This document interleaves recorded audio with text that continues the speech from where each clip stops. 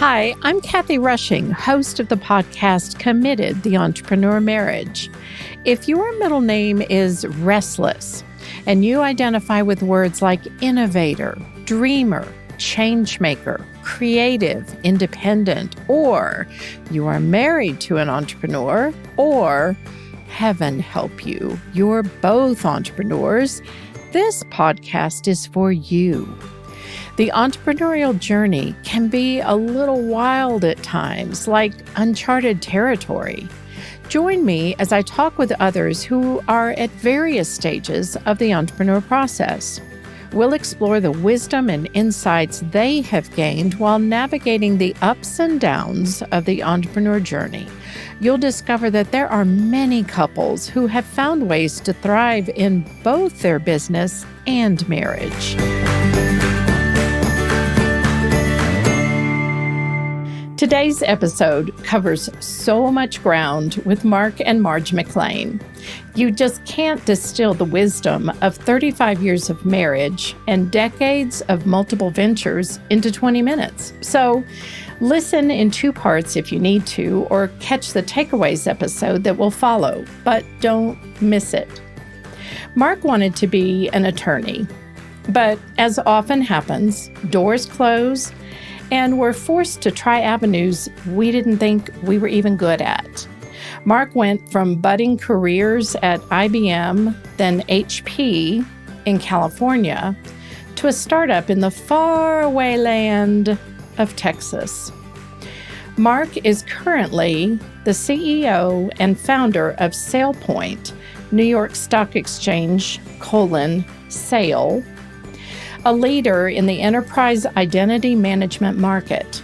He has led the company from its beginnings in 2005 through its venture capital and PE-backed stages to its IPO in 2017, as it grew from a team of 3 people to over 1,200 employees in over 35 countries. His recent book, called Joy and Success at Work, Building Organizations That Don't Suck the Life Out of People, unpacks ideas for creating culture that places people at the heart of a successful business.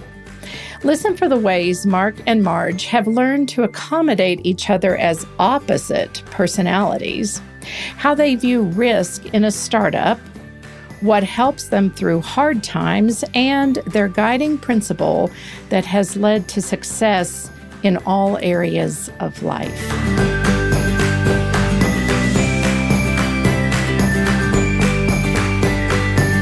Mark and Marj, welcome to the show. How are you guys this evening? Great. We're doing great. Thanks, Kathy. Fun to be here. Good. I love how we shift. They were talking about how they've had a difficult day, but it's like, we're going to put on our show face. Yeah. I love it. Thank you guys so much. And we want to just let our guests get to know a little bit about you guys first. And so I have some fun questions that I like to ask couples. First one is, if your marriage was a team sport, what would it be? Should we go with your answer before we got on? I guess. I was going to say something like tennis, doubles tennis, where we complement each other. But Marj said maybe ice curling, that ridiculous sport in the Winter Olympics that no one can understand why it's a sport. Mm-hmm. Partly because one guy's job is to push the big stone thing, they call it, and ridiculously slowly slide. That would probably be my job. Because the other person's job is to do the little broom thing and sweep. And Marj loves to clean, it turns out. So she'd be the little sweeper person and I'd be the pusher person. And that actually kind of fits us, doesn't it? Yeah, it does. Because I think we definitely, in our marriage, divided what we do. That's true. Took on certain roles. It worked out for us and way. That sport, those two roles couldn't be more different. Yes, yeah. That's great. So from the beginning, were you guys real intentional about... I really wanted to be a stay-at-home mom. And Mark had been an anthropology major, incredibly practical college degree. So she wasn't sure what she was going to do with that afterwards. And I guess we'll get to how we met in a second. But there was a reason that she kind of went down that track. And my mom was a stay-at-home mom for the most part. And so it was just a value that I really had. And in the 80s, when we got married, it was very much the working woman or the stay-at-home mom. There was almost a tension, a media fight kind of going on. Yeah, I remember there was a book that somehow circulated through our church and a few other sources called "What's a Smart Woman Like You Doing at Home?" Yeah, I'll always remember the title of that book, and it was written by these three women who all had masters and PhDs, and who had chosen to stay home, and they were sort of having to defend that choice at the time of that culture, right? Like the thought was. And I think today we're hopefully in a little better place where there seems to be more mutual respect. Some women who have lots of education or experience in work choose to stay home. Other women choose to go back. And both choices are, I think, much more accepted and respected. It has sort of been like all women stayed home and then all women were supposed to go to work. Yes. and then it took us a little while to kind of try to get to a place where there is hopefully more balance in that. So Yeah, true. I have a master's degree, and there was a man that said one time, I think I worked and then I was home some. So some of that depended on what Mark was doing, but our journey was up and down. And I primarily wanted to be with them, but I wanted to work too. I wanted my mind challenged, and, something about preschoolers just kind of will suck you dry, even though I loved a lot of it. But this man said, well, what a waste of an education. And I was like, I would have to disagree. I was like, is there something wrong with a bright, educated woman raising children? I know. But it's too bad that we've had this kind of either or approach. And well, I think it's less like that now. And I probably have less of that attitude now that I'm a lot older. Yeah. I think early on, if you had asked us, we weren't sure how my career was going to develop. I think Marge would have thought, like her mom and my mom actually had been full-time stay-at-home moms when we were young, and then had both worked later on when we were like teenagers. And that, I think Marge would have thought, that's probably what I'll do. We'll kind of be at home with the early stages and then maybe work later. She, like you, had thought about going for an advanced degree at one point. And just the path ended up not going that way. But as with much of life, right? Exactly. I had a couple that I did an interview with recently, and he was talking about the value of our spouse seeing our strengths that sometimes we don't see, and how great it is to have that cheerleader, somebody that cheers us on when we're down or having a bad day, or even if we're having a good day, but they can see the best in us. I'm curious what you see about the other. What would you see as like a superpower of the other? I think for Mark, he's very even-keeled on the happy plane. Like he's up here on the happy plane. And so he rarely goes down. He rarely dips down about things that's just not in him to do that. And we have a daughter, one of our kids is like that. That's just not her thing. She doesn't go into the depression zone. And so that's a superpower of him, because I think he doesn't get derailed by things that other people get derailed, and it's not always understood because he has this sense of humor. And so I think they could think he's just, he should be reacting more to something in a more negative way. And, but it's helped him with leadership really immensely. Okay. Yeah, I think Marge is an incredible student of people. Like she's less outgoing than me, but partly I think because she was an anthropology major, and I think there was a reason she picked that. Right, kind of it's the study of people in groups, effectively, right? Sociology, anthropology, that whole family, and I think she's always incredibly observant about what's happening and the inner dynamics. She was very astute as our kids were going through, especially some of the challenging teen years of when they needed what, right? Sometimes they needed a kick in the pants. Sometimes they needed a hug. Sometimes I would get those two backwards. And so I think there was a sense of, she just has always been a very, like, if I'm not sure about people, I'll kind of go, what do you think of that person or that relationship or that, like, she'll cut right to the heart of what's going on. She's got a very, very good sense of people. Yeah. So, awesome. Okay. Well, give us a little snapshot of the McClain family currently. Where do you guys live? You have kids? Are they grown? Yeah, we live in downtown Austin in a high-rise as empty nesters. We have 3 adult children. Our son, who's the oldest, is 32, and he's married and has 3 kids. And he's a high school teacher and football coach in Texas. And he's just that's always what he wanted to do. And then our middle daughter is married to her husband, and they have 2 children, and they live in South Austin. And our son lives like North Austin with his family. And then we have a youngest daughter who's married, and they have their first daughter, and they live in Birmingham, Alabama. She and her husband. And if you're keeping track, that's 5 grandkids in Austin and 1 in Birmingham. 6. Wow. What a rich life. Mm-hmm. Very, very blessed. That is great. And how long have you guys been married? 35 years. And 7 days. 7 days. Yeah. 7 days. Congratulations. What'd you guys do to celebrate? We were down at the beach in Florida, just the 2 of us. Usually it's a group thing, but we did the 2 of us. Yay. Awesome. Well, congratulations. That is really big. Great celebration. Yeah. And so, Marge, you were saying you have not worked outside of the home. Your job was in the home. I never want to say you didn't work. It was like you worked a lot, like 7 days a week. I used to say my job was getting juice in those little Tupperware sippy cups. That was my job. I get juice all day long. Now we don't give kids juice. We give them water. So, I mean, yeah. Your work got obsoleted, over time. Sadly. Yes, they grew up, they moved away, and so what do you focus your time on now? What's a rhythm of your day? Well, let's see. I'm a slow person in the morning. I have to have my wake up time where I run into walls. I really do. Like, I can't focus. It takes me a little while to get it going. And then I've had to work on, like exercise and health, because I'm 58 now. So I need to take care of that, or because I want to be strong enough to help with the grandkids and pick them up and grab them from running out in the street if I have to.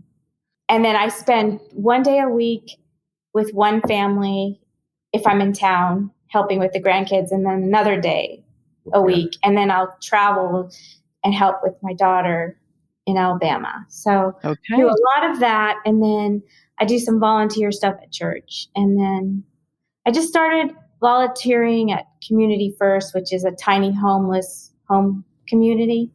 That's really a neat program. So I just started helping with that a little bit once a week. And Mark is extremely extrovert and a very busy guy. And I just find myself signed up for things all the time that I haven't signed up for. So that's another part of my life. I mostly remember to ask almost always. Or is it easier to ask forgiveness than permission? Or for the first about 20 years that worked, and then for the last 15, not so much. So she's I'm on to you. Yeah, I'm learning permission is now more important than it used to be. Yeah, awesome. All right, well, let's get a little bit of your story. And Mark, I know you've been interviewed a lot about the businesses and everything, and we'll get like a brief overview, but I want to get to the beginning of your story. When you guys married, did you guys meet in college, or how did you meet? We met right after college in 1984, both working and volunteering for the LA Olympics, the Summer Olympics. So we had both just graduated from college, and it was this program that you could apply through your college as seniors to work at the Olympics. And we both happened to do that. From different colleges. We didn't know each other. We didn't. He was in San Diego, and I was up the Claremont colleges in California. So I know where that is. We used to live in Upland. Well, Rancho Cucamonga. There, yeah. Marge went to Pitzer, one of the Claremonts, and I went to Point Loma, a little Christian school down in San Diego. So we both kind of thought we had graduated college unattached, which we technically had, and kind of had both just ironically signed up for this thing. And you had to write an essay, and it was being a page at the Olympics. But then it turns out we actually did the award ceremonies. So I carried the gold medal on the pillow in '84 for track and field, and he raised the flags for swimming and diving. And then we got to be in the opening ceremonies and the closing ceremonies. We wore these dresses by Bob Mackey that were like Southern Belle looking, and we waved to the crowd. Oh my goodness. And they were our escorts, and we released doves. I mean, it was very fun. It was a super fun thing for recently graduated college seniors who weren't quite sure what they're going to do next to do. Go hang out at the Olympics for 3 weeks. And well, what a great life opportunity. Oh, it was so awesome. Yeah.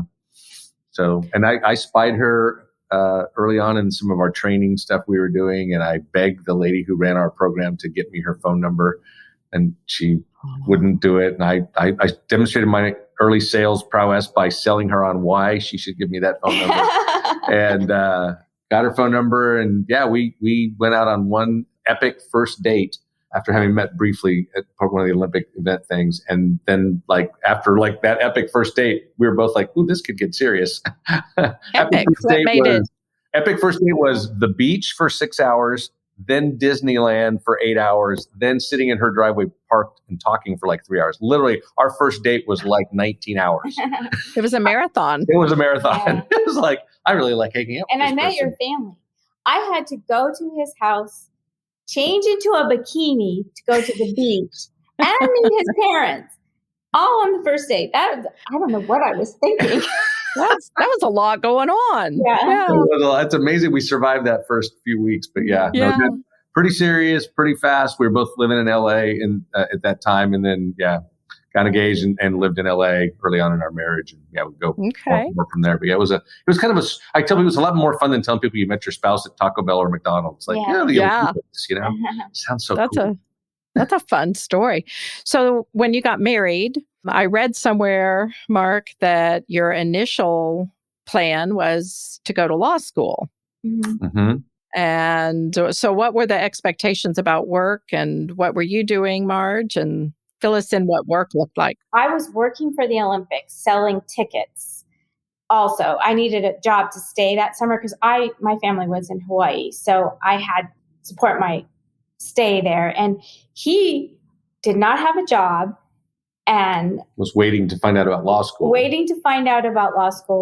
And so my parents weren't too impressed the first, Yeah, they're I'd gone to some little no-name Christian college. Her parents were sort of Ivy Leaguers. Yeah. I had no job. I was living at home with my parents because I'd come back home waiting to figure out what was going to happen next. So the law school, Kathy, I only applied to UCLA and UC Berkeley. I kind of thought, if I'm going to go to some of the best schools in the LA or California, I should say, area. Yeah. And I got waitlisted at both and ultimately didn't get into either. So I didn't find that out till late that summer. I'm I guess I got to get a job. So kind of started down the path of looking for a job, and back to I wasn't an entrepreneur. I found with some family connections and then some interviews and a whole bunch of longer story. My first job was at IBM in 1985, which at the time was a coup. Working for IBM in the 80s, it was a big deal. You did it for life. You got in. Yeah. It was a very difficult place to get a job. It was, I would tell the young people today, it was kind of the Google, Facebook of its day. I know you don't think that now, but in 1985, IBM was the biggest, baddest technology company there was. And I was super awesome. I got a job here. I'll work here for 35 years. I'll maybe get to move up the ranks a little bit and retire. Yay, with a pension. And his parents were not in the business world. His mom did teaching and his dad was a social worker. So they had no idea. Yeah, they were the furthest thing from business or entrepreneurial. Interesting. No business heritage there, no family business heritage. They couldn't believe, we'll get to the later story of becoming an entrepreneur. They could not believe I was going to leave places like I later worked at HP, that I would leave a place like IBM or HP, big, stable, predictable company. Why would you ever leave that and go take a flyer on small business? Why would you do that? Yeah. So let's go there. How did you make that jump? Well, part of my perspective was my dad was in the Navy, and that's how I ended up growing up in Hawaii. But he got out when I was 4 and went into the reserves, and then he did new business development, a lot of ocean technology, and in the energy field, electric vehicles, hydrofoil. So he had that going on. And my mom was very supportive of all that. So I grew up seeing that, the higher risk type of job. And there's one time he took a job with Boeing in Seattle that didn't work out. And we ended up during the energy crisis, and it was through hydrofoils, and that didn't fly. So we don't have hydrofoils very many today. Yeah. So he was without work or doing consulting. So I saw him not have work because he took a risk. And my mom had to go back to work because of it. So I had that understanding of what that all meant, is basically what I'm saying, because I saw it growing up. In other words, I was the one who ultimately decided I would sort of take the risk of being entrepreneurial, but I don't know that I would have done that if Marge hadn't sort of said, I could get behind this. Because in my family, if I love my mom, she died many years ago, but like my mom, had she been my wife, would not have been supportive of this, I don't think, right? It was not one of the cloth that she and her family and my dad's family had ever come out of. They just had never done those kinds of things. And so the fact that I had a pretty good early run in these corporate type jobs, but kind of came to the conclusion this just wasn't where I really wanted to be, started talking about, initially, by the way, the interim story was I left after 10 years at IBM and HP in California. What got us to Texas, to Austin, was a then fairly high-flying startup here in Austin called Tivoli, one of the early tech success stories in Central Texas. Kind of, most people think tech in Central Texas only happened in the last 10 years. It's been around for a longer time, but it wasn't real big back then. Yeah. And so this was one of those early successes. So I came from having worked at these giant corporations. Tivoli had, I think, 200 people when I came and joined it. So it was like, orders and orders of magnitude smaller than where I had been. And I got the bug. I'm like, this is fun. So stayed there for a while. Tivoli grew really big, turned out actually to get acquired by IBM. Funny twist of fate. But I sort of had the bug at that point. So then ultimately some friends and I did leave to start a company in 2000. But by then I sort of had a sense of what it would actually be like to be an entrepreneur and start a venture-backed company. And Marge had always been like, if that's what you think you want to try, I'm with you. We'll give it a shot. But I did have stipulations. Like I said, how it was financially set up, you can explain that. But I said, I want the kids' college money. That's all I want. I can live in an apartment. We can do all that stuff, but we're not going to go to that level where we cannot send our kids to college. The whole, I know, Kathy, some of the entrepreneurs you talk to, they're what I call kind of classic true entrepreneurs, like mortgage the house, run up credit cards, take a huge personal financial risk. Yeah, we didn't do that. We did what's called venture backed, right? So there were venture capitalists that put money in. So I took a big cut from what I had been making as by then a kind of a mid-level executive, believe it or not, at IBM, back to a much lower salary. Oh, yeah. But it wasn't like we were destitute or running up credit card bills to try to get this business off the ground. We had taken external money. So there was a little bit of risk coverage from a financial standpoint. There was the risk that the business might not work out, of course. And if it didn't, I'd, quote, have to go get another job again. But it wasn't like we were putting I know that's part of what you talk about, some of these things, like the stress on our marriage wasn't financial. It was a sacrifice of sorts to kind of go back from having made a lot more money to less. But it wasn't like we were like, oh gosh, we might lose our house if this business doesn't work out. It wasn't ever like that. Right. Because he had deals at IBM at the time. Like if we had stayed through April, they were called the golden handcuffs. You got this bigger package. So he was leaving quite a bit of money on the table. So that was hard. But again, I'd call that a sacrifice with quotes, right? Like, I had to give something up, but it wasn't like I was putting my family and our ability to have a home or pay the bills or put food on the table. We didn't take that kind of entrepreneurial risk, to be fair. Yeah. So when you left, Mark, so was Tivoli already started? Or when I joined Tivoli, it was small, but this is so funny. The world's changed so much. It was going public right as I got here. But in those days, it went public with a few hundred people and about 30 million in revenue, which totally could not happen today. But it was small and had really good growth prospects. So I joined then. We grew really well for a year. Then IBM bought it, and all of a sudden it just exploded inside IBM, but it still felt fairly entrepreneurial. So it was an interesting chance for me to see what kind of a high growth entrepreneurial type company felt like, even though technically I was there for 5 years. 4 of the 5 years we were owned by IBM, but it always felt like we were kind of an independent business.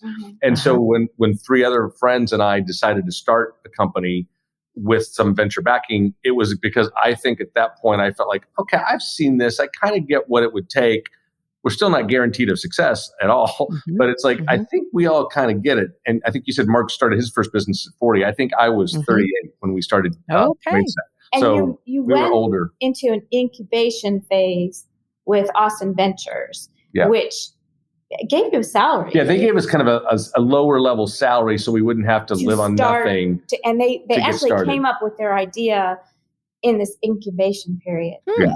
So it was about as low risk as a venture approach as we could have had from a financial risk standpoint.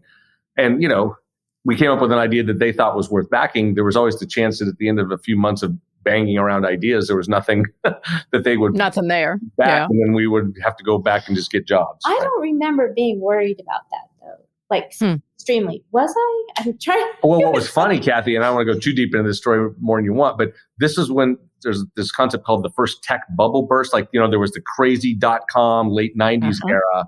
We started this company right at the beginning of 2000. And a few months into that, we hadn't even really launched at all. We hadn't taken much real venture yet. We hadn't hired very many people. This whole bubble burst, they called it. And all of a sudden, it's like nobody wanted to start new tech companies because all of them were blowing up all over the landscape. So there was a little bit of, this may have been really bad timing to do this. Sure. But that's where his positive personality worked out, because I probably wasn't as aware or scared because he didn't let on. Yeah. Yeah. I was like, we'll figure something out. I had that out. Yeah. So let me camp there for just a minute, because I think this is one of the really challenging places of the entrepreneur journey. The spouse that is not, I've interviewed some spouses where they work together. Right. To start something, or they have different roles in the company, and many others that, like you, Marge, you had another whole role skill set that was not part of the startup. How much did you guys talk about what was happening, or was it need to know? Did you want to know, Marge? I knew about it, and okay, so there's been two companies, so I'm getting them mixed up, but I don't remember doubting it, or it just was good enough for me, kind of, because I was getting to do the role that I wanted to do. It didn't seem to be directly affecting our lifestyle hugely. So I think probably what I was telling her, which I wasn't fabricating it to make her feel better. I think I believed it really, which was, look, the ultimate safety net here is I'm pretty employable, right? So if this thing just doesn't work, I can go get another job. I was pretty confident, like based on what had happened at Tivoli, I'd had a good run there. I ultimately left as the VP of marketing. So I'd kind of risen a few layers, and I had a big enough job and had a good enough reputation in town. I thought, okay, the real downside risk here is this company doesn't work. We lose money that we could have made if I'd stayed at IBM, and I'd have to go figure out how to get a job again. But ultimately, again, it didn't feel like I'm putting my family or my wife or my, at great risk that way. It was just like, well, if this doesn't work out, I'll probably have to go get a job, but that's okay. I could probably get a job. That was the downside risk. Okay. Yeah. Mark and I have had some of those conversations along the way. Like, what is the worst case scenario? And once you kind of digest that, we had that conversation a year ago when COVID hit, and we have an assisted living business. So it was a little risky after the business has been well established. But it's just interesting how different couples approach that differently. And I get the sense that there's a team approach. Very much. And I was always taught, it goes back to my background, like how I was educated as a child and everything, was what your greatest asset is your ability to ask questions and, the critical thinking thing that's just a little scary that we aren't doing that as much, but, to figure out your answers, we'll figure this out so your greatest asset is your brain, basically. Yeah. Yeah. But there's also, Kathy, I'm going to cut you off. You're a counselor by training, right? I think a lot of what we're poking around here that I haven't said the word is fear, right? Like there's a fear that comes up when people consider taking a step like this, right? And sort of what we're talking about is how do you deal with that fear? One of the best ways, I think, of all fear, I'm not a psychologist, don't play one on TV, but there's a sense of, well, one of the biggest things I know people hear from counselors about fear is like you just said, you go to that, what's the worst that could happen here? Face that fear, kind of name it, figure out how scary it really is. And a lot of times people don't do things because they have these unrealistic fears of what could go wrong. And I think we were mature enough, back to starting a business at 38, we weren't like 28 or even 23, right? I'd been working for 15, 16 years. It's like, okay, I've seen a bit of the world. I've seen business. I think the worst that happens here is this business doesn't make it, and there's a little bit of tarnish on my record, but I could probably go get a job. So like, okay, I could totally face that fear. And Marge understood, like, there's probably no scenario where we have to lose our house. Or now there was that whole, we got to figure out how to get college paid for that Marge talked about earlier, right? But if she was like, as long as the path we're on somehow make sure that we can send our kids to college, kind of high value of education in her family and mine as well, like, okay, then I don't think we're on a path here that puts that at great risk either, right? Like somehow, some way, we'll figure out how to get our kids through college. You know? Yeah. Well, good. Yeah, because I was in a Facebook group, the Entrepreneur's Spouse, I think it's called, and it's interesting. Some of the women it's all women, will share stories about their husband who has started something, and they've mortgaged the house, they can't pay bills. You know, they list this long list of things that is not happening for their family, and they're not available to help raise the children that they've had together. And they can't seem to say, okay, this is not going to go. They just keep banging their head against the wall. So, I think it's important to have that worst case scenario idea. Well, and like the kind of story you just described, I'm afraid this there's a lot of debates about the pros and cons of raising outside capital, venture capital, even friends and family capital versus bootstrapping, doing it yourself. One of the things that people forget of the advantages of outside money is, like, at some point you have to start delivering or the money gets cut off. Sadly, a lot of times these ugly stories are when it's just the entrepreneur bootstrapping, and they just keep believing somehow, some way they're going to make it work. And it's like a gambler who goes to Vegas with no limit. Like I always tell people, look, I'm not a big gambling fan, but if you go and treat it like entertainment, I'm gonna take $1,000. Like, that's my entertainment value of Vegas. And as long as you don't spend more than $1,000, now you may be done in an hour. I don't know what you're gonna do the rest of the weekend in Vegas, but if you limit it, like if more people went into entrepreneurship saying, here's how far I'm willing to go, and if I get to that point and we're not successful, I'm stopping. But that, sadly, people, no, I think we're almost there. We're about to make it work. And they keep, mortgaging more or borrowing more.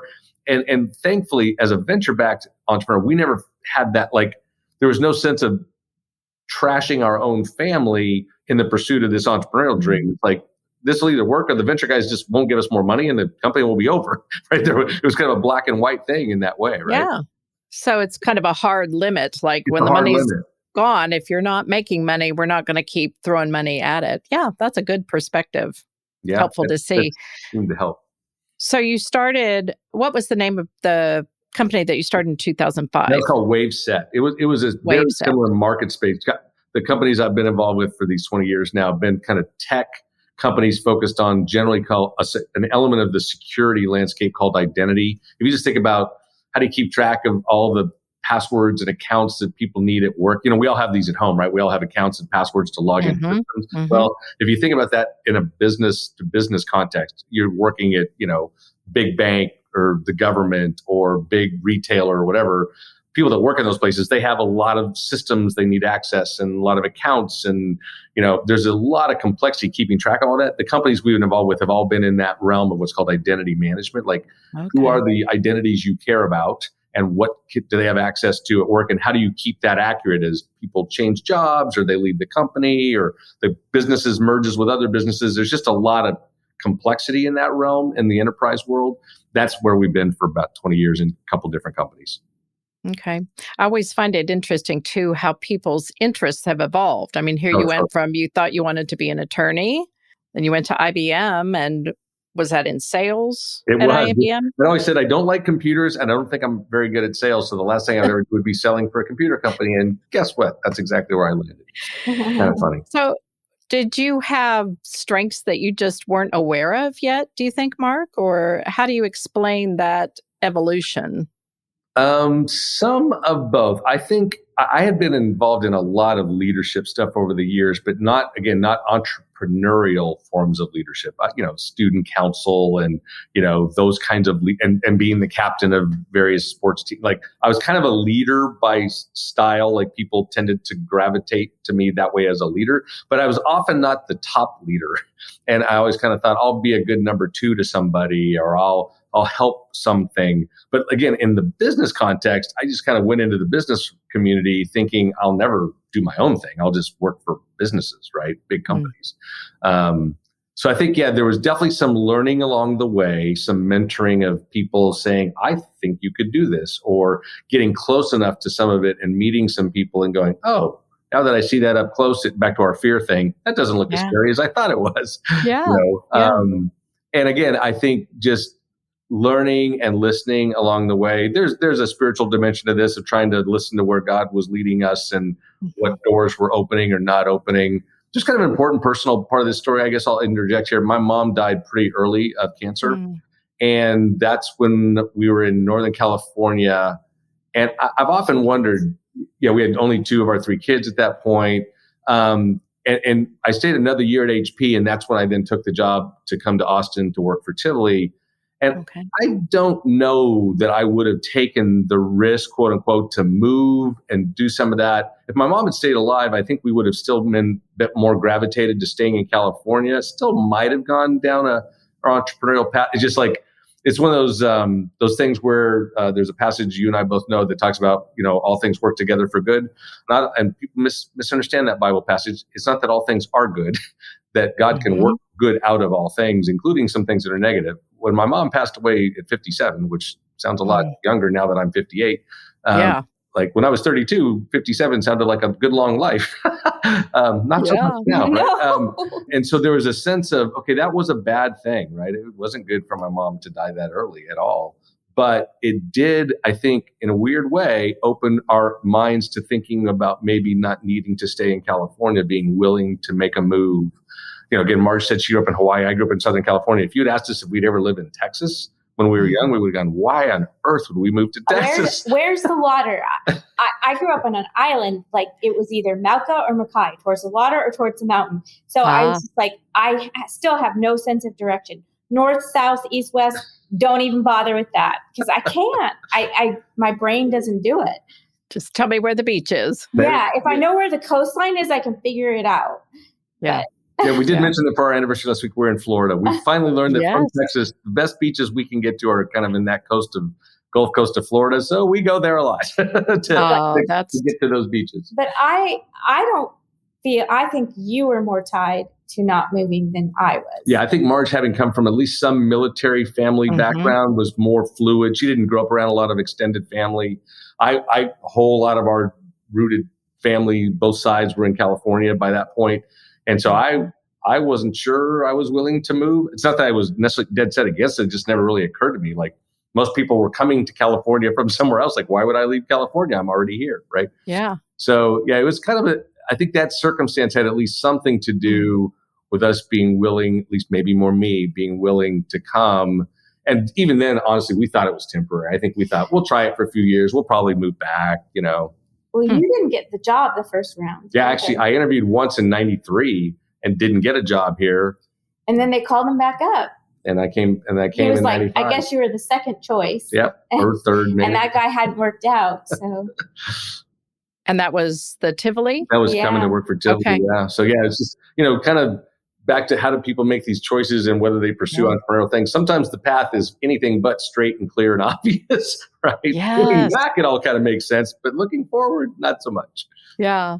And in maybe it's in the forward of your book or a description of the book, but you really do credit Marge for being the one that, I think the quote is, she was instrumental in helping me step out of my comfort zone and have the confidence to pursue an entrepreneurial journey. So Marge, what were you seeing?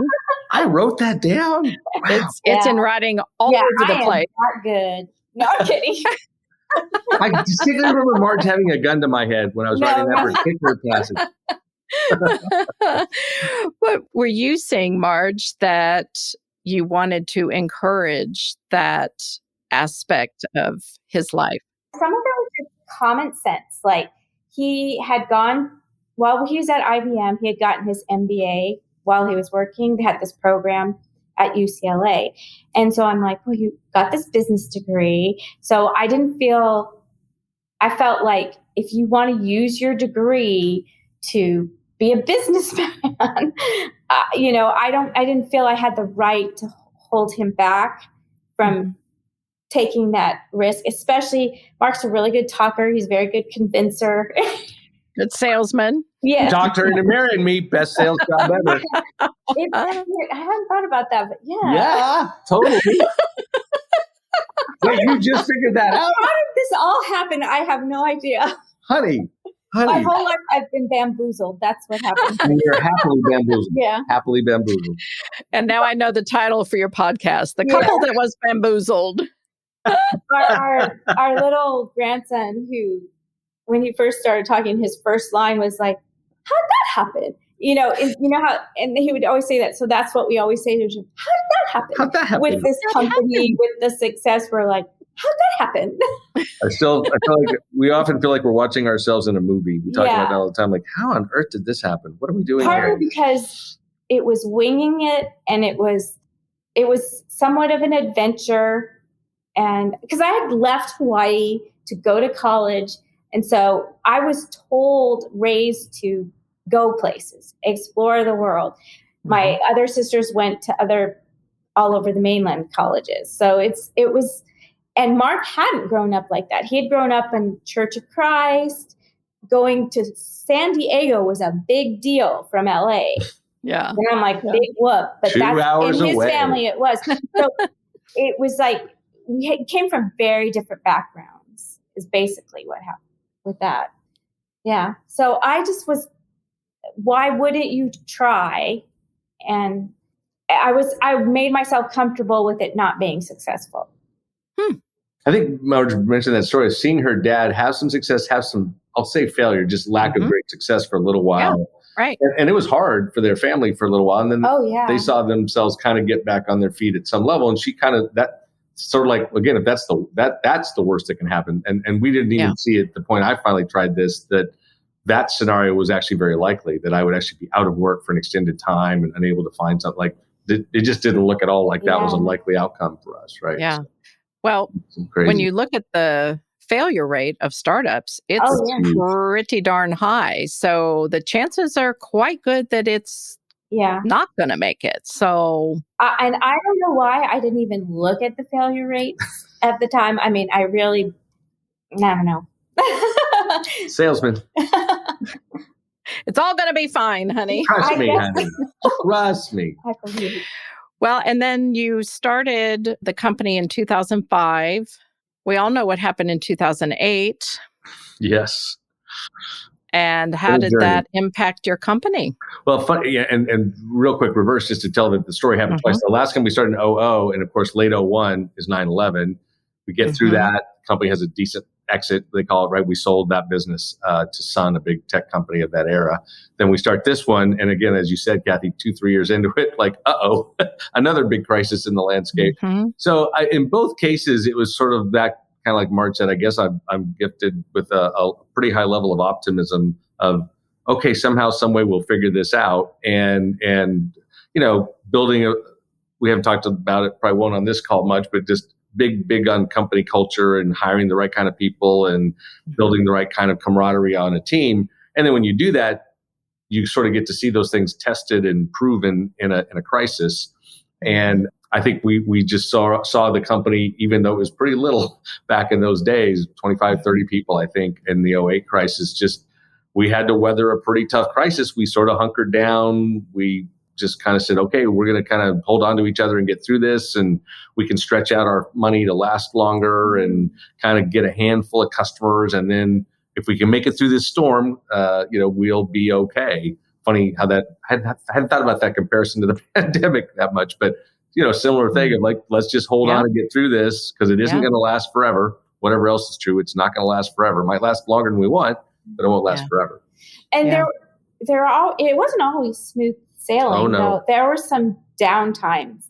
And the hardest times for Mark, which is when I did see him, when he was quieter, that's unusual for him. Mm. And when it scared me because I'm like, oh, it's not good if he's not being as positive. And it was when they had to lay off some people to cut costs at one point because the numbers weren't right on financially.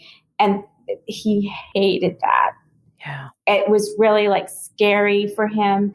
He felt a huge responsibility and knows the people that work for him.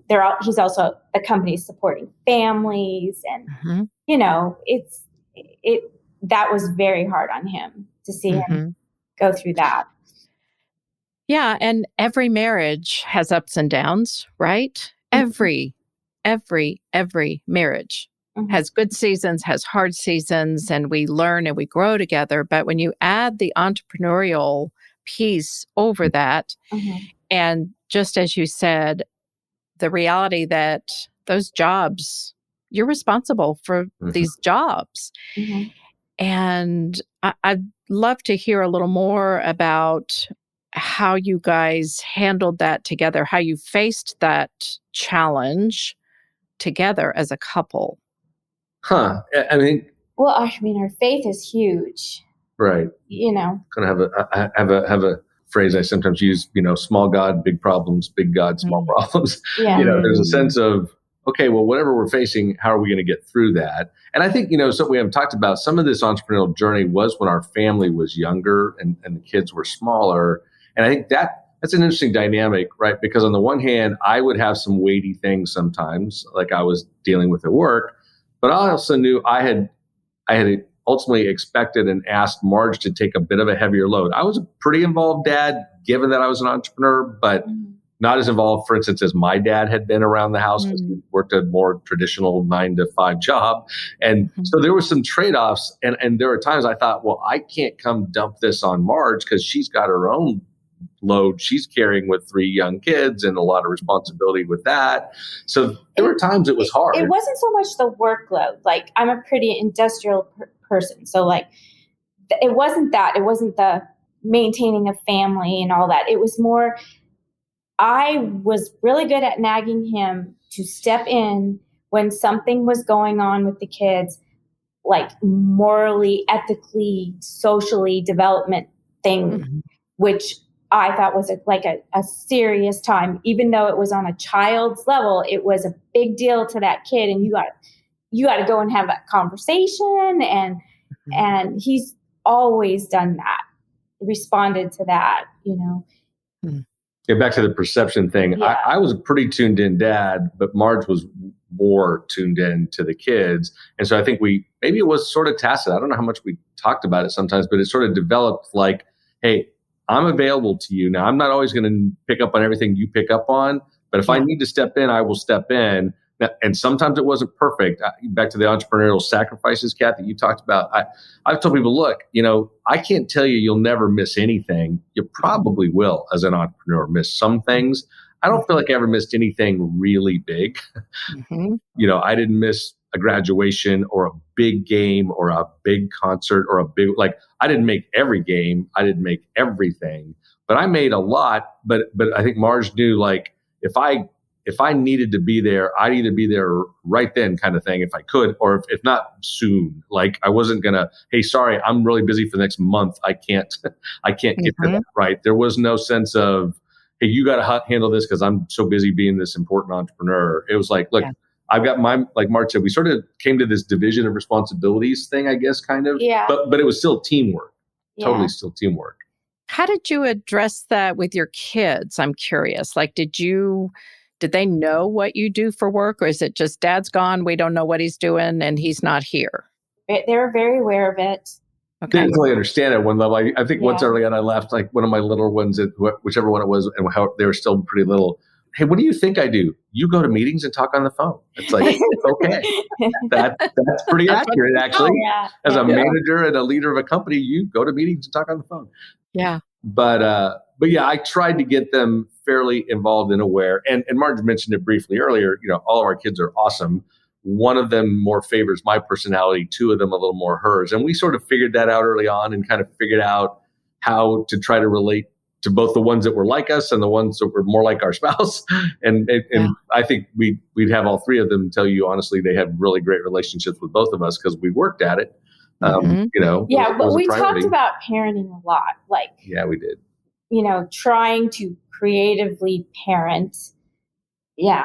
Yeah, we both had a high commitment to that. We were involved in groups at church where there was a peer group, young families, young parents, where always there were peers to kind of bounce things off of, and generally somebody who was a mentor-like older couple who was helping give us some guidance. We were very blessed to have a lot of that along our journey. And now, of course, we've tried to do that, be mentors to younger families and younger parents and such. But yeah, I think I guess a word I haven't used on this that I feel like is important is intentionality, right? We are intentional about these are important things. We're going to invest time and energy here. And to your point, Kathy, that sometimes meant sacrifices relative to work. Like it was a trick. Sometimes work caused sacrifices at home. Sometimes home caused sacrifices at work. And we kind of negotiated those trade-offs all the time. It wasn't one-sided. It wasn't like work always wins. Home sacrifices. It was not at all. It wasn't always easy for him to do, but I'm tenacious about certain things. I'm like, you're not, we have to do this. You have to step in. You have to be part of this because it would be that emergency urgent in my mind. Mm-hmm. And just, it sounds like keeping the priorities, not that they weren't priorities for you, Mark, but it's easy, I would imagine, to get just what's urgent is right in front of you. Totally. And knowing and trusting Marge to handle everything at home, but parenting is a two-person process. Totally. Right? Yeah. Yeah, and again, we have a son and two daughters, right? I'd say as our son, who's the oldest, but more like Marge's personality, as he got to being a young teen, even kind of late preteen, I think she figured out he was going to want to more connect with me because he was not a mama's boy, right? Very kind of macho, ended up playing football all the way through college, coaches football. He's not a meathead, but he was kind of I want to be a strong, manly man type guy. And so, strong, godly, manly man. And but he's like, so I need to hang around with dad because that's how I'm going to learn to be a man. I love my mom, but I don't want to hang around mom to learn how to be a man. So, and yet personality wise, I didn't as easily relate to him because he's pretty different personality than me in a lot of ways. And the reverse with my middle daughter, Rachel, who's more like my personality, but because she was a girl, mom spent a lot of time getting her through those teen years, which are a thing. She was sunshine and rainbows, though. Oh yeah, but you had some work you had to do with both girls. Kids are kids. They have to negotiate the whole social minefield, and there's some tricky stuff there. And we both would engage. I grew up with all girls, so having a son was really a big deal to me. And then he kind of like middle school, it was like, that's it, mom. Back off. This isn't your territory anymore. And I had to choose. I remember specifically choosing not to be hurt by that rejection because I wanted him to become a man. I didn't want him to always, need me. I wanted him to need his wife, not me, Right. So wise. It was like, so I specifically tried to be respectful of that instead of manipulating him or doing the guilt thing on him to get him back in my clutches. I really was like watching this little man grow up, and it was like, I could really mess this up because I knew how much he loved me too. So I could play the guilt game on him. Yeah. And I thought about it a lot. I think about the psychology. You're a therapist, you know this stuff. And so I tried to think about all that and intentionally not do that to my son. Right. Our job is to work ourselves out of a job and give them roots and wings. Yeah. Sounds like you guys did that well. Yep. You talked a little bit about one of the times that was really hard, Marge, just watching him having to lay off some people and how just gut-wrenching. That is so hard. What about a high point in this entrepreneurial journey and starting what became SailPoint? What's been a high point for each of you? You go first. Oh, man, I was going to make you go first.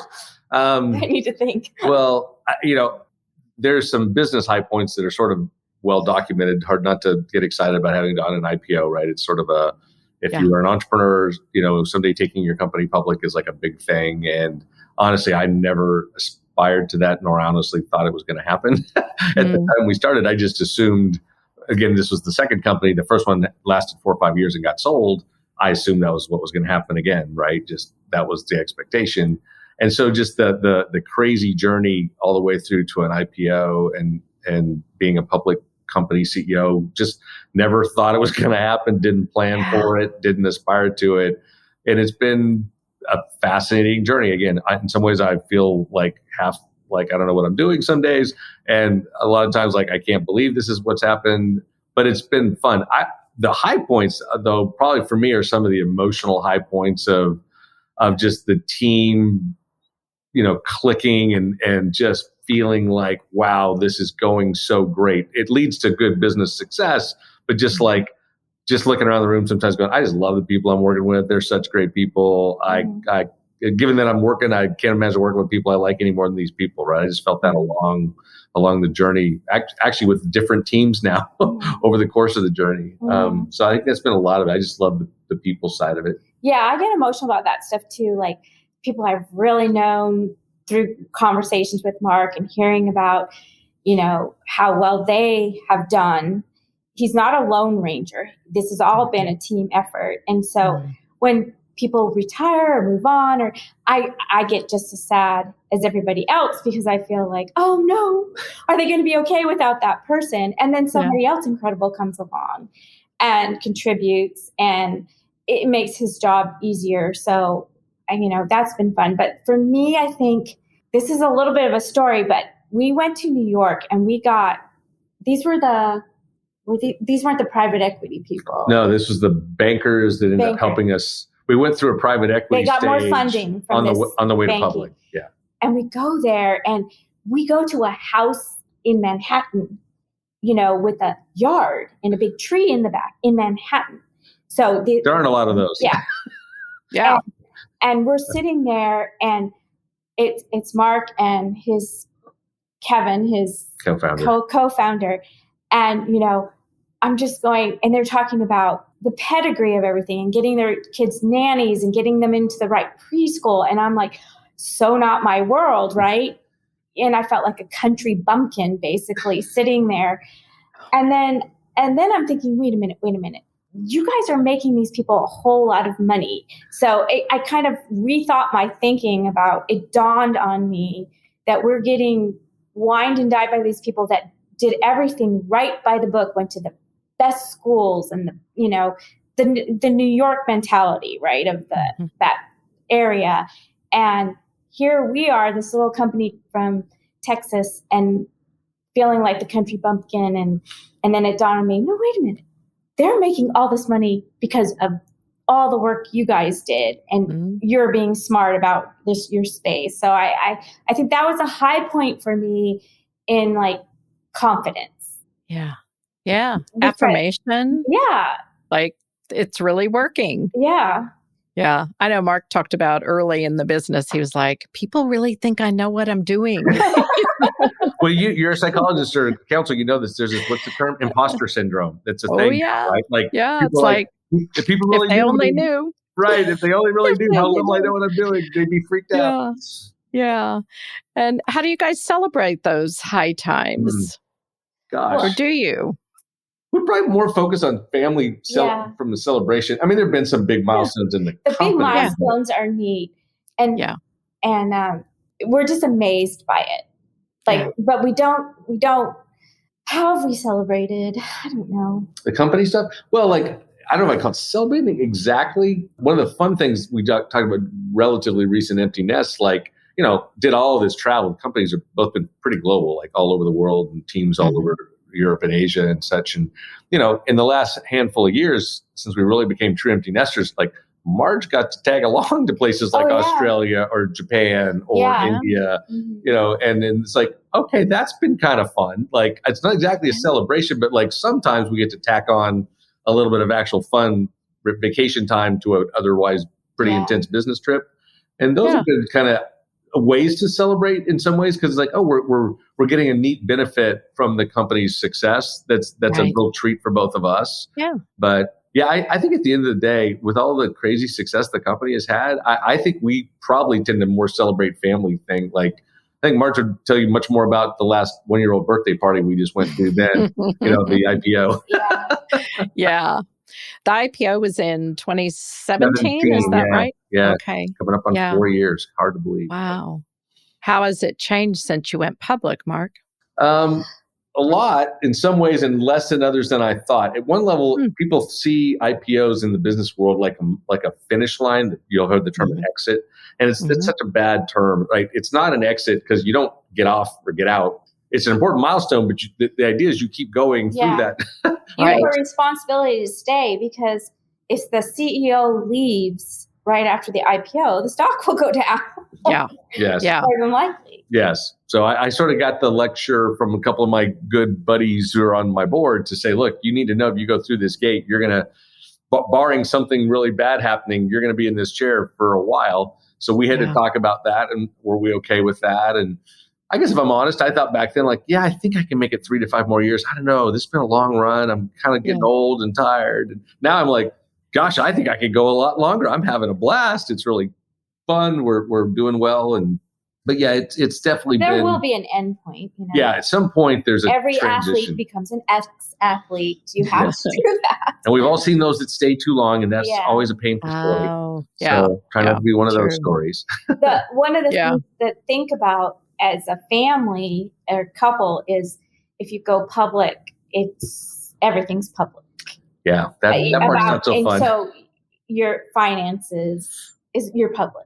So it's I don't think about it that much, but every once in a while I worry about that being known or that being intimidating to somebody, or because that's not what it's about for us. It's not about the financial gain. And I think if you go into being an entrepreneur just because you want to make a lot of money, I just don't know how well you're going to do if that's your goal.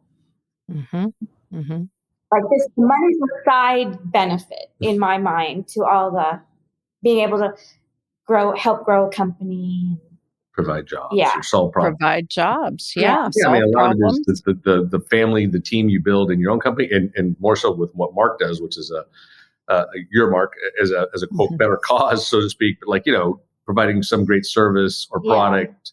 I mean, those are the things that are motivating. And if you do well at that, the measuring stick in the business world is you get paid for that, right? And that is fun. But I think, like Mark said, if you go into entrepreneurship either because you want to make a lot of money or you don't want a boss, I always tell people those are pretty bad reasons to become an entrepreneur. Yeah. I think some people have the idea that it's a get rich quick kind of thing, but it's a long road and it's a high risk. It's a high risk. It's interesting. One of the venture guys I worked with early on, I remember him saying, starting a business, as you said, Kathy, whatever, 9 out of 10, 99 out of 100, whatever the ugly stats are, most of them fail, right? So 75% is one of the riskiest things you can do. So from the moment you start a business, everything else you do is somewhat about mitigating that risk, right? Like, how do I hire great people? How do I make sure I have adequate financing? How do I double and triple check that my customer needs are legitimate and the service I'm delivering is in fact the best one? How do you look ahead? How do you look ahead at what could happen in the environment around you? I mean, it's just like, that's where all the real work is. Like, how do you mitigate the risk? Because inherently there's so many things that could go wrong in a business that you can't predict. It's all about trying to mitigate whatever risk you can so that you have the highest likelihood of getting success. And again, I'm a team biased person, but the best risk mitigator is hiring great people and creating an environment where they love to be there. That's going to help you survive a lot of problems, right? Yeah, absolutely. What are some things that you guys have done through the years to keep your marriage strong and get to 35 years and 7 days? Well, it used to be that I would take business trips regularly to give her a break, but COVID kind of screwed that up.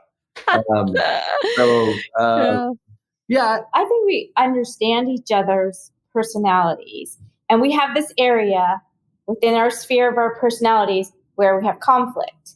Usually, it's usually the same storyline where I'm overwhelmed with the busyness and I need a checkout time, gather up more energy because I'm an introvert, and he doesn't need that. But he's actually understands it, so that helps. But my tipping point is much lower than his on how much we're doing.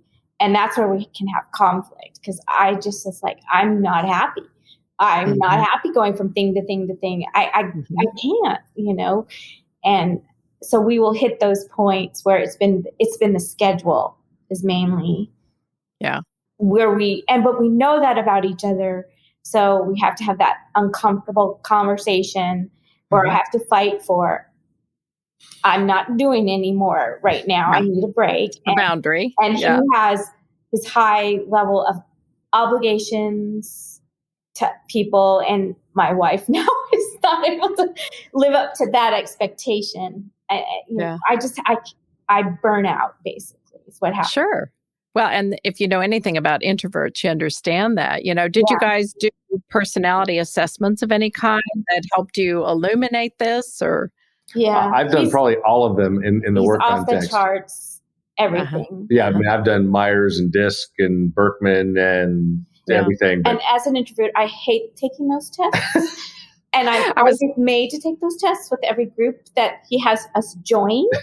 And so that's another thing of contention. So I'm like, I know. I sound like a grumpy old man or something. You're not. No, you're a grumpy old lady. It's Marge, was there one that you liked better than the others, or did you hate them all equally? Yeah.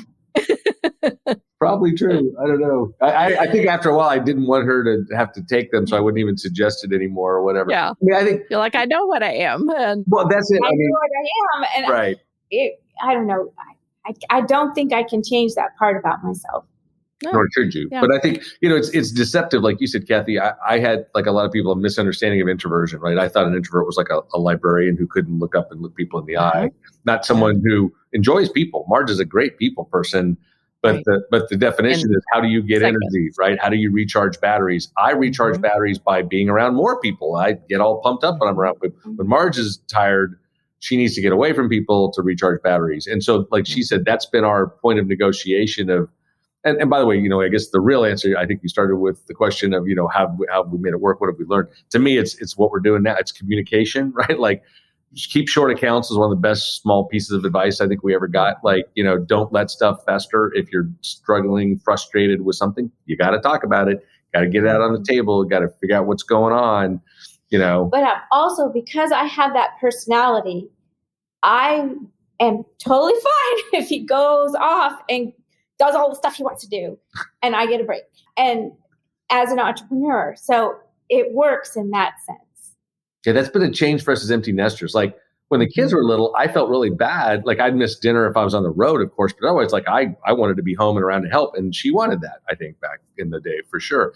Well, now I've learned it's actually great with her if I have a couple of work dinners where I'm out and she's not, and that's actually fine for the work situation. And Marge gets a break, and it's good for the marriage. And like, that was a totally new learning for me. Like, so it's better for me to say yes to this dinner than stay home with you and make you crazy by sticking home? Okay. I'm wanting to talk constantly.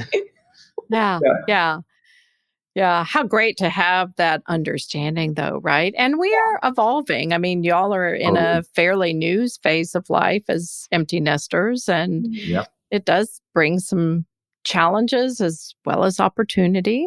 Totally. Yeah.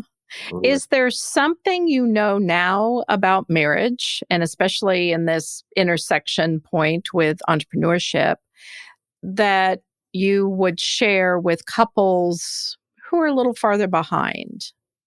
Boy, that's a really big question. I think, at some level, we've hit some of the points. I guess if I was going to crystallize it a little, I'd say, look, going into any kind of business role, but particularly entrepreneurship, although, Kathy, I would argue going to be a pastor isn't that different.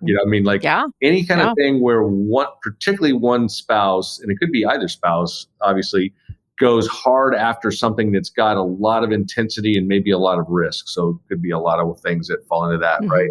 That this commitment to saying, we're going to talk about the issues as we go along and never let this kill our marriage, right? It's almost that simple. Like, you have to say, I'm starting with the assumption that if something has to give, it's going to be the business, not the marriage, right? And an interesting corollary that I think a lot of parents, frankly, unfortunately, a lot of Christian parents don't get is, you have to be more committed to your marriage than your kids. And like, a lot of young moms particularly don't get that. Like, look, let me be clear with you. This part of your marriage is going to end faster than you think. Like, you're going to snap your fingers and wake up, and all those kids that you think are the center of your life are gone. So if you want to have a decent life for the two of you after that, you better stay focused on a healthy relationship between the two of you as you parent. And I think in that sense, it's analogous. Like, sure, go pursue a business thing, go pursue entrepreneurship, go pursue thing, but don't ever lose sight of the fact that marriage, that it isn't just going to naturally survive that unless you are intentional and committed to making it a good marriage. And if you chase, because I would argue, men sacrifice their marriages often on the altar of entrepreneurship. Women often do it on kids. Like, they're so into their kids. That's when the guy wakes up and goes, you don't ever pay attention to me anymore. I'm out of here. Right. I mean, those stories are kind of painful too. So I think both members of a couple have to stay committed to, this marriage is important and it matters more than anything else. And so we're going to spend energy and time on it. And that sometimes means other things have to pay the price. What would you say? That was a lot of words, as usual, from me. Let me think. Marge will say it far more crisply than me. As far as entrepreneurship. Well, kind of at the intersection of healthy marriage and entrepreneurship. Or just marriage in general, because we both had the dream of marriage. You know, we wanted that. We wanted the marriage. We want the family. It was like, I don't know, it was just the total commitment to marriage. That was never a not going to be married option. So when you have that in your head, but we both came from parents who stayed married. So we didn't have a script in our head that said otherwise, the which a lot of people have to battle. And so I don't know what that's like. So I wouldn't want to be critical of somebody who, had that as an in their head. And so I think we enjoy each other, and he's very funny. So that's fun to be married to. Yeah. Well, that's a pretty fun note to end on. And I just want to thank you guys again so much for sharing your wisdom and 35 years of marriage and all that has gone into the marriage and the business. And so thank you very much for persisting. I know, Mark, we had to communicate a lot, and I really, really appreciate it, guys. Thank you. It was fun. I hope it's helpful. And say, I commend people that are trying this journey. It is hard at times, but I think it's, like you said, Kathy, it doesn't have to be an either or, right? You can certainly have some level of business success, I think, if those doors are open and possible. But boy, don't ever sacrifice the marriage to get there. That's for sure. Yeah, I love that. All right. Thanks, you guys. We'll see you soon. Thanks, Kathy. Thanks a lot.